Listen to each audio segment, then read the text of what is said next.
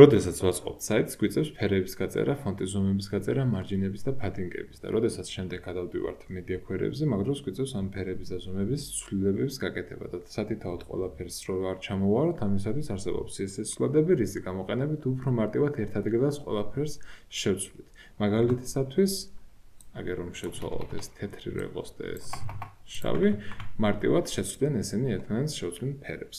და მოდი ვნახოთ, როგორ მოქმედებს CSS ცვლადები და როგორ შეიძლება მათი გამოყენება ესე რომ ჩვენი საიტი უკეთესი გახდეს. კარგი, მოდი ახლა ვისწავლოთ ამ ცვლადების გამოყენება.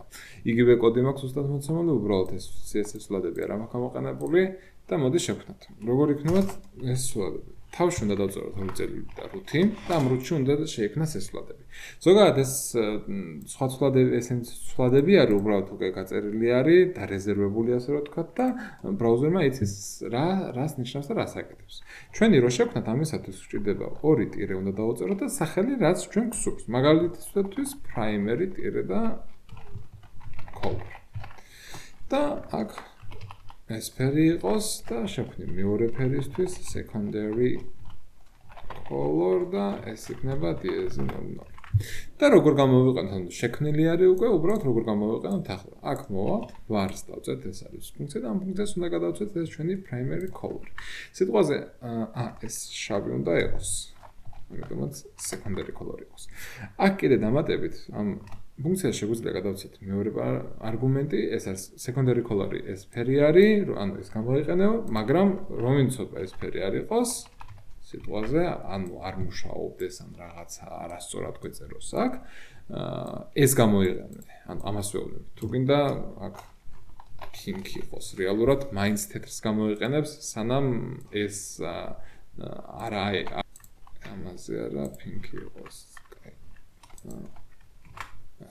ხო, ანუ რეალურად აქ ამის სახელი არასწორად მიუთითეთ, შეცდომა არის და მაქედან გამომდინარე ეს ამოქმედდა. რეალურად ესა. და ნუ შეგიძლიათ მიუთითოთ აქ, რომ ვიცოდა ეს არასწორად მიუთითოთ, მაქედან გამომდინარე ეს შეეძლებთ. მაგრამ ამ შემთხვევაში არ გვჭირდება. და აქაც იგივე გავაკეთოთ ეს თეთრი უნდა იყოს. ეს თეთრი და ეს შავი.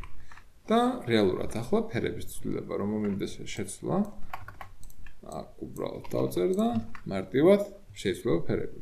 ეს რო არ მქონდეს, აქაც უნდა შევცვალო, აქაც უნდა შევცვალო, აქაც და აქაც. ამიტომაც მარტივი არის. იგივე შემიძლია გავაკეთო ფონტზე, მაგალითად, heading ფონტი და დავწეროთ 68 პიქსელი.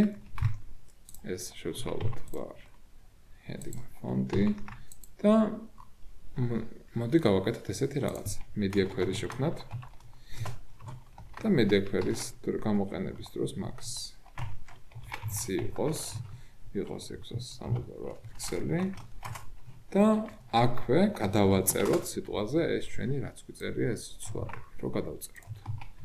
მაგალითად ეს ისევ FF იყოს, ეს შავი იყოს და ამის ფონტი მაგალითად დაპატარავთ ეს. და ინსპექტში რო შევიდეთ, აი, რეალურად ყველაფერი მუშაობს, ჩვეულებრივად ამაზე, ანუ 668 პიქსელის ზევით ეს კოდი მუშაობს და ეს რუთი მუშაობს, ანუ ეს ცვლადები ამას უტრის, მაგრამ როგორც კი 668-ს ჩამოვალთ, ცვლადების ფერები და ზომები შეიცვლება. ანუ ცვლადები იმისათვის არის კარგი, რომ მაგალითად როცა საიტს ქმნით და გადადიხართ მედია კვერზე, აი რო სათითაოდ ახლა ეს ცალკე უნდა მიმართო, ამასაც ცალკე უნდა მიმართო, აქაც ამას ნუ ყველაფერს მოკლედ ამასაც ცალკე უნდა მიმართო. აქედან გამომდინარე, ცვლადები როცა ცვლადებში რუთში მიმართა და всё, საკმარისი არის. და ერთ რამ გაითვალისწინეთ ხოლოს უბრალოდ, რომ აი მაგალითად ეს ცვლადი აქ რო შექმნათ რეალურად აქ ეს ასე ვთქვათ, სელექტორი გაიგებს, იმიტომ რომ ეს ცვლადი არსებობს მხოლოდ აქ. ანუ ამის გარეთ ეს ცვლადი აღარ არსებობს. ამიტომაც მნიშვნელოვანი არის, რომ ეს ცვლადი იყოს შექმნილი რუთში. მოკლედ, ეს არის სულ მარტივად შეგიძლიათ გამოიყენოთ ეს ცვლადები, ძალიან კარგი რაღაცა არის და კიდე dark mode-ზე შეგიძლიათ გამოიყენოთ, რაც შემდეგ ვიდეოში გადავიღებ და შეგიძლიათ შემდეგ ნახოთ. ამიტომაც, მადლობა ყურადღებისათვის. გთხოვთ გამოიწეროთ არხი და დავაკოთ